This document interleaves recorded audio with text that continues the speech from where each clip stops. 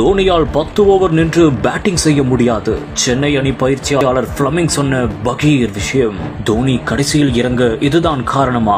தோனிக்கு இப்போது கிரிக்கெட் விளையாட முடியாத நிலையில் ஃபிட்னஸ் உள்ளதா? பயிற்சியாளர் ஸ்டீஃபன் பிளமிங் விளக்கியது என்ன?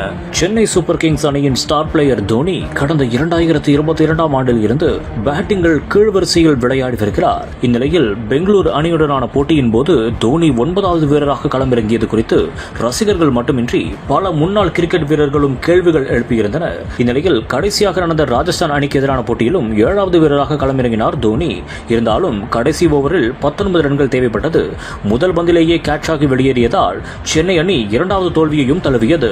இந்நிலையில் சிஎஸ்கே அணியின் பயிற்சியாளர் ஸ்டீஃபன் பிளமிங் கொடுத்துள்ள விளக்கம் மேலும் ரசிகர்களை அதிர்ச்சியடைய வைத்துள்ளது. தோனியின் உடலும் அவரது முழங்காலும் முன்பு இருந்தது போல் தற்போது இல்லை என்றும் கடந்த ஆண்டை காட்டிலும் இப்போது நன்றாக கால் அசைவு இருக்கிறது.